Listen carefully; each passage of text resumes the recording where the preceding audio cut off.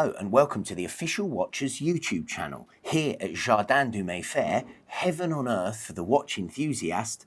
Today I have something so special that my hands have been shaking all morning. This is going to be a great episode. I'm calling it now. Guys, just a quick one to say, please do keep the like, comment, share and subscribes coming. Hit that subscribe button and I can keep these videos coming your way. Okay, so now I've hopefully got the shakes over and done with, let's reveal what's inside this beautiful Rolex pouch. Yes, my dear friends, this is it. The Rolex Cosmograph Daytona Paul Newman 6262. This is the Grail Daytona. This is the Paul Newman. There are only a handful of Daytonas that can be Newmans. Those references are 6239, 6241, 6262, 6263, 6264, or 6265. They were released in either steel or yellow gold.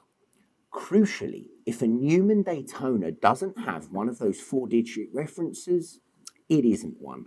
Today, we're going to look at references 6239, the first, and 6262, the rarest. The Newman nickname references the dial, which is instantly identifiable due to its use of Art Deco style numerals and square markers on its subdials. It achieved the nickname Paul Newman as the first reference with this exotic dial configuration, the 6239, was engraved, "Drive carefully, me," and gifted to the man himself by his wife, Joanne Woodward. Newman was regularly seen wearing it over several decades, and the watch became almost as legendary as the man himself. For those of you who aren't as similarly ancient as I am, Paul Newman was a World War II veteran, Oscar-winning actor, blue-eyed heartthrob, championship race car driver, philanthropist, and in his later years, producer of the finest Caesar dressing outside of Las Vegas. Paul Newman and Steve McQueen were at the peak of cool guys in the 60s, and naturally, the pieces that they wore back then are some of the hottest vintage watches on the modern markets. In 1984, Paul Newman gifted his Daytona to his daughter Nell's boyfriend, James Cox, who had spent the summer on Newman's Connecticut estate helping to rebuild a treehouse in the grounds. Joanne had recently bought Paul a new watch with a new inscription on the back, so I guess you could say he was updating. Cox continues. Why he chose me to give the old Rolex, we'll never know.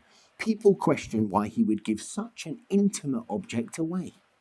But that was him. He didn't hoard. He was more interested in helping people. I do tend to run late, and maybe this irked him. He was never late, despite the fact that he could have easily gotten away with it. It was just how he rolled. What a guy. For the following decade, the reference 6239 became everyday wear for Cox, who was oblivious to the fascination the watch world had for the piece and its current whereabouts. Cox said, "I had no idea of the importance." And when Paul gave it to me in the 1980s, it was a beautiful personal gift. I knew Rolex was a great brand and it was a nice thing to own, but that was it. It was in the 1990s that I found out that the watch was a cult. I was at an event and a Japanese man kept pointing at my wrist and saying, "Paul Newman, Paul Newman." I nodded and wondered how he could possibly know that Paul had given me the watch. When I got home, I did some research, and once I saw that the watch had its own Wikipedia page, I stopped wearing it and put it in a safety deposit box. It was interesting to know, but it made owning it a burden, and that brings us up to the present day. Eventually, I thought that as Paul had done something beautiful in giving the watch to me, it was time for me to do likewise. If he was alive today, he would not want his watch to sit in a safe. He would say, "Let's bring it out in the world." And in 2017, that is exactly what happened.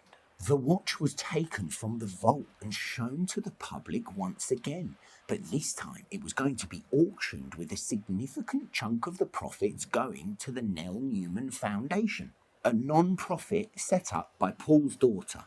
The return of Paul Newman's Paul Newman was met with huge excitement, as you can see from the following quotes. It was described as the Holy Grail, the Michael Jordan of Paul Newman's, an artifact of museum quality, the most iconic Rolex you could possibly imagine, and the perfect storm of awesomeness. And my favourite, due to its concise nature, the watch. The Daytona was auctioned by Phillips and returned a staggering $17.8 million. Thanks to an anonymous telephone bidder, it made it the most expensive wristwatch sold at auction. A crown that has only been recently snatched by Patek. Not bad for a Daytona that had initially cost around $200. Yep, that's right, $200. The reference 6239 that Joanne bought for Paul was in production from 1963 to 1969 and was the first of the Daytonas. In 1970, the line received a refresh in the shape of a new movement, the Value 727, which upped the beat rate from 18,000 to 21,600, but the Daytona was otherwise aesthetically the same as the original. The upgraded movement model was the reference 6262, which is one of the rarest vintage Rolexes ever made, and here it is in Jardin du Mayfair. The watch only had one production year, from 1970 to 1971. It was a transitional model, which was quickly replaced by the 6263, which included modern upgrades such as screw-down crowns and pushers. Now, initially, it was seen as out of date and impractical, with strange fonts. 6262s were unpopular, and by unpopular, I mean to the point of actually being difficult to sell. Yet, that's right, they couldn't shift these things. Now, this one was on display for 4 years until it was purchased, which give you an idea of how unloved they were at the time. Can you believe it was sat for 4 years unsold? I expect out there are some who pass this very watch and are kicking themselves to this day because currently the demand for these pieces, particularly those in original condition, could not be higher. This particular 6262 Newman is in spectacular condition. It was originally sold in England in 1974 and has a lovely cream dial with eggshell tritium markers. It features a fixed metal bezel which has some hairlines as it's been loved, but still maintains its blacked out numbers. The lugs are nice and fat with no sign of over polishing, although at close to 50 years old it will likely have had a light lick at some point during a service. Which brings me on to my next point. This watch has so much provenance. It comes with all booklets, all paperwork, handwritten receipts, and even a handwritten receipt for a service in 1984 that cost £35 from Rolex. Yep, that's right, £35.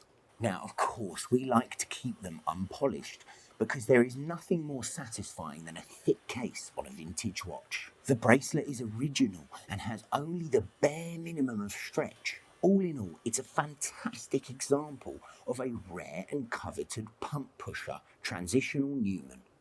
Okay, we're getting nicely into the waffle, and I think this would be a perfect time to try it on for the first time. Oh, I've got lucky there because it is just right. Wow. There is no better feeling for a watch nut than putting one of these on your wrist. I just can't believe how much I love it.